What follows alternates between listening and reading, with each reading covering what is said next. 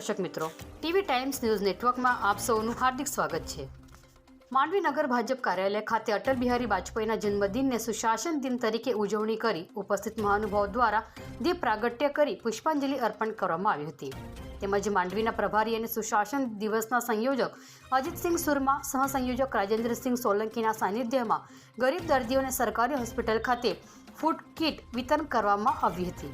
આ પ્રસંગે માંડવીનગર ભાજપ પ્રમુખ નીતિનભાઈ શુક્લ દ્વારા અટલ બિહારી વાજપેયીજીના જીવન ચરિત્ર અંગે જરૂરી વાંચન કર્યું હતું। આ કાર્યક્રમના અધ્યક્ષ અજીતસિંહ સુરમાએ જણાવ્યું હતું કે આજના સુશાસન દિન નિમિત્તે અટલ બિહારીએ ચીંધેલા માર્ગ અને એમના કરેલા કાર્યોમાંથી કાર્યકરોએ પ્રેરણા મળે એવા શુભ આશયથી આ ઉજવણી કરવામાં આવી હતી।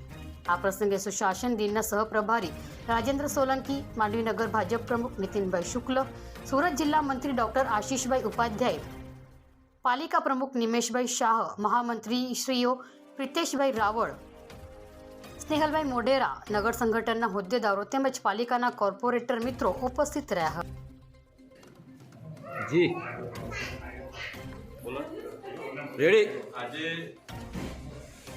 શ્રદ્ધેય આદરણીય અટલ બિહારી વાજપેયીજીનો જન્મદિવસ ભારતીય જનતા પાર્ટી સુશાસન દિવસ તરીકે ઉજવે છે। આજે માંડવી નગરની અંદર ખૂબ ઉત્સાહપૂર્વક દરેક કાર્યકર મિત્રો ચૂંટાયેલા સંગઠનના પદાધિકારી દ્વારા એક પુષ્પાંજલિનો કાર્યક્રમ અને સાથે એક હોસ્પિટલની અંદર વિતરણનો કાર્યક્રમ યોજવામાં આવ્યો। આપણા દેશની અંદર ભારત સરકાર ભારતીય જનતા પાર્ટીની છે, ઘણા રાજ્યોની અંદર ભારતીય જનતા પાર્ટીનું શાસન છે। એ શાસનની અંદર પણ તમે જોયું છે કે અટલ બિહારી વાજપેયીજીના જે વિચારો છે, એમની યોજનાઓ છે, એનું અમલીકરણ કરીને દેશ દુનિયાની અંદર ખૂબ પ્રગતિ કરી રહ્યો છે।